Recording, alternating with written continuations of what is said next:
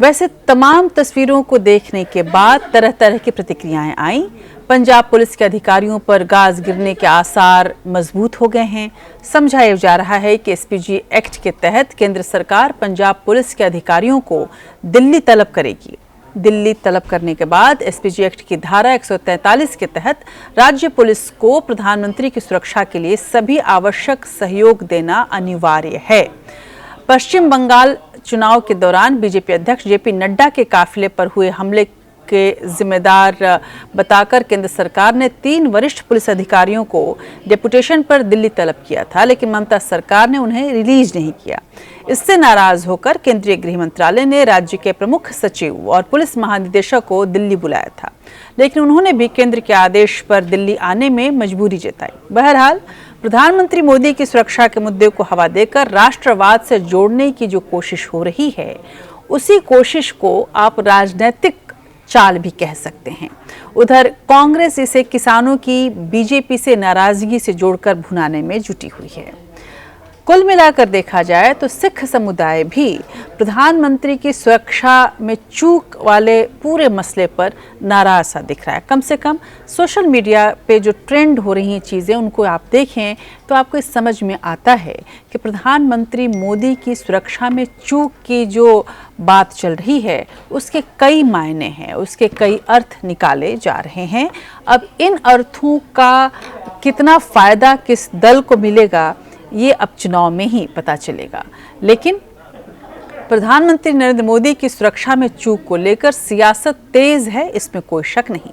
लेकिन साथ ही देश के महत्वपूर्ण मसलों में ये बात भी है कि आखिर सुरक्षा में चूक हुई तो कैसे। प्रधानमंत्री कोई सामान्य व्यक्ति नहीं है। प्रधानमंत्री की यात्रा के दौरान सुरक्षा की जिम्मेदारी राज्य की पुलिस और खुफिया से ज़्यादा प्रधानमंत्री के सुरक्षा की टीम की भी होती है। पीएम की सुरक्षा के लिए 5 स्तर पर पूरी व्यवस्था की जाती है। ऐसे में फिरोजपुर में हुई इस चूक को लेकर सवाल खड़े होने चाहिए, इसमें कोई शक नहीं। लेकिन साथ में ये समझना भी ज़रूरी है कि ब्रांड मोदी को लेकर कहाँ चूक हो रही है। वो प्रधानमंत्री जो 56 इंच के सीने के अपने जुमले की वजह से मशहूर हुआ, वो प्रधानमंत्री जो बहादुर समझा जा रहा था, जो कई जवानों को मात देता दिखता था, वही प्रधानमंत्री यदि सुरक्षा की बात को लेकर इस तरह से हाय तौबा उसके अपने मंत्री पूरे देश में मचाएंगे तो जाहिर सी बात है कि इससे सशक्त प्रधानमंत्री, सशक्त व्यक्ति के जो ब्रांड है प्रधानमंत्री मोदी का, उस पर असर तो पड़ेगा। क्या वाकई ऐसा कुछ असर पड़ रहा है? देखिए इस रिपोर्ट में।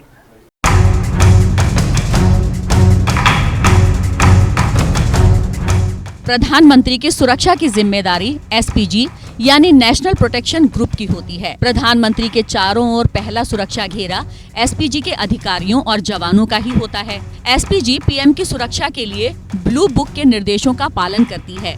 प्रधानमंत्री को बठिंडा से हेलीकॉप्टर से फिरोजपुर की रैली में पहुंचना था, लेकिन खराब मौसम की वजह से उन्हें सड़क मार्ग से ले जाने की योजना बनाई गई। पहला सवाल ये है कि एसपीजी के पास मौसम को लेकर जानकारी क्यों नहीं थी? अगर जानकारी थी तो प्रधानमंत्री का हेलीकॉप्टर हर मौसम में उड़ान भरने में सक्षम है। फिरोजपुर का पहाड़ी इलाका भी नहीं है। ऐसे में एसपीजी ने पीएम को 111 किलोमीटर तक सड़क मार्ग से ले जाने का फैसला किसके दबाव में किया? इस रास्ते पर यात्रा के लिए क्लियरेंस किसने दिया? मुख्यमंत्री चन्नी का कहना है कि दूसरे रास्ते से जाने की सलाह को दरकिनार कर पीएम मोदी को उस रास्ते से लाया गया। थोड़ी इंटेलिजेंस किथे क्या करती थी हिंदुस्तान की इंटेलिजेंस? किथे थी एसपीजी?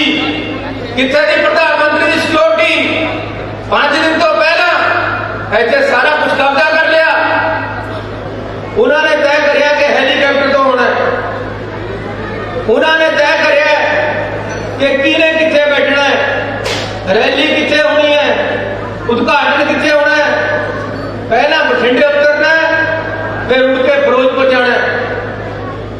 लेकिन मौके दे मौके तैयारी भी नहीं सी। प्रधानमंत्री वास्ते कोई गड्डियां भी नहीं सी आईयां बैठन नूं, लेकिन मौके दे मौके गड्डियां करके सड़क पर तोड़ता।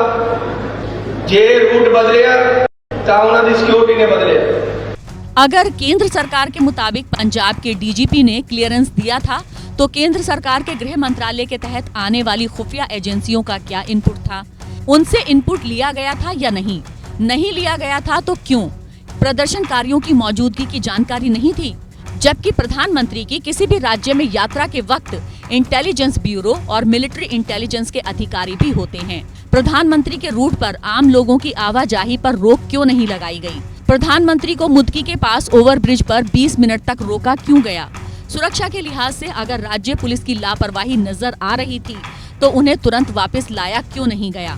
प्रधानमंत्री की सुरक्षा में एनएसजी के कमांडो के अलावा एनएसए की टीम और सेंट्रल की पैरामिलिट्री के जवान भी होते हैं। फिरोजपुर में रैली का इलाका बीएसएफ के बढ़ाए गए दायरे के भीतर आता है। ऐसे में बीएसएफ से भी तालमेल क्यों नहीं किया गया? और जब 111 किलोमीटर का रास्ता तय करना था, तो उन्हें टोयोटा फॉर्च्यूनर से क्यों ले जाया जा रहा था? इस गाड़ी को आईईडी ब्लास्ट से सुरक्षा के मानकों पर खरा नहीं माना जाता है। उनकी जो 12 करोड़ की मेबैक है, उसमें क्यों नहीं ले जाया जा रहा था, जो अभी ही खरीदी गई है? वो बड़े से बड़े धमाकों को सहने की क्षमता भी रखती है। और जब प्रधानमंत्री मोदी ओवरब्रिज पर प्रदर्शनकारियों के हटने का इंतजार कर रहे थे, तो एसपीजी ने उन्हें कवर किए बगैर उनकी तस्वीर कैसे उतारने दी? क्या ये ब्लू बुक का उल्लंघन नहीं है? क्योंकि ब्लू बुक के मुताबिक प्रधानमंत्री की किसी भी यात्रा से 1 माह पहले से ही एसपीजी समेत केंद्रीय एजेंसियां, राज्य पुलिस और खुफिया विभाग से तालमेल रखती है।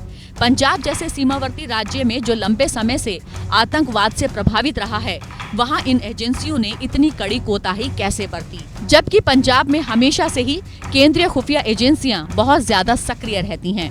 बहरहाल, सुरक्षा पर सियासत से ज्यादा गंभीर सवाल ये हैं कि प्रधानमंत्री मोदी ने बठिंडा एयरपोर्ट पर अधिकारियों को क्या कहा? क्या उन्होंने सचमुच कहा कि वो जिंदा लौट आए हैं? इतने बड़े देश के प्रधानमंत्री को ये लफ्ज क्यों इस्तेमाल करने पड़े? दूर दूर तक प्रधानमंत्री की जान को खतरा होने के संकेत देने वाली कोई घटना नहीं हुई है। फिर भी प्रधानमंत्री मोदी का ये बयान देश की जनता के मनोबल को तोड़ने वाला है। हाल ही में सीडीएस विपिन रावत का हेलीकॉप्टर क्रैश होने से पहले से ही सब सदमे में हैं। प्रधानमंत्री का ये बयान उनकी ब्रांड मोदी की छवि से एकदम उलट है। सवाल ये है कि जननायक मोदी को अपने ही लोगों के बीच जाने में डर क्यों लगता है? वाराणसी जैसी जगह पर प्रधानमंत्री पर 55 कैमरों के बीच फूलों की बारिश होती है, तब भी तो कोई खतरा हो सकता है। लेकिन किसानों के प्रदर्शन को जान का खतरा बताना किसी और राजनीतिक मंसूबों की ओर इशारा करता है। क्या इससे देश में पीएम के लिए सहानुभूति पैदा हो सकती है? और 5 चुनावी राज्यों में इसका असर नजर आएगा। वहीं पंजाब सरकार को बर्खास्त करने का भी पर्याप्त बहाना नजर नहीं आता। पीएम मोदी के डर से ज्यादा अहम है ब्रांड मोदी का डर। ब्रांड मोदी 56 इंच का सीना रखता है और वो घर में घुसकर मारने की बात करता है, लेकिन प्रदर्शनकारी किसानों से 1 किलोमीटर दूरी से ही वो डर जाता है और कहता है कि मैं जिंदा लौट आया। ये वही किसान हैं जिनकी इस साल आय दोगुनी करने के बाद से ब्रांड मोदी का कद किसी भी प्रधानमंत्री से बड़ा हो गया था। देश में धर्म और जाति के नाम पर हिंसा चल रही है।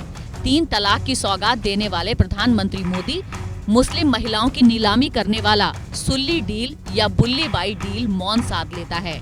अल्पसंख्यकों के खिलाफ उनके अपने चुनाव क्षेत्र में पोस्टर लगाकर बताया जा रहा है कि ये निवेदन नहीं, चेतावनी है कि यहाँ नजर नहीं आए। लेकिन पीएम मोदी इन डराने वाले तत्वों के खिलाफ कुछ भी करने से डरते हैं।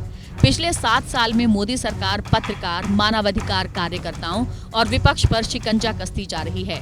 संसद में भी ब्रांड मोदी को बचाने की साफ कवायद नजर आई, लेकिन पीएम एपीएन न्यूज के लिए अंशुमान त्रिपाठी की रिपोर्ट भी करने से डरते हैं। पिछले 7 साल में मोदी सरकार पत्रकार, मानवाधिकार कार्यकर्ताओं और विपक्ष पर शिकंजा कसती जा रही है। संसद में भी ब्रांड मोदी को बचाने की साफ कवायद नजर आई। एपीएन न्यूज के लिए अंशुमान त्रिपाठी की रिपोर्ट।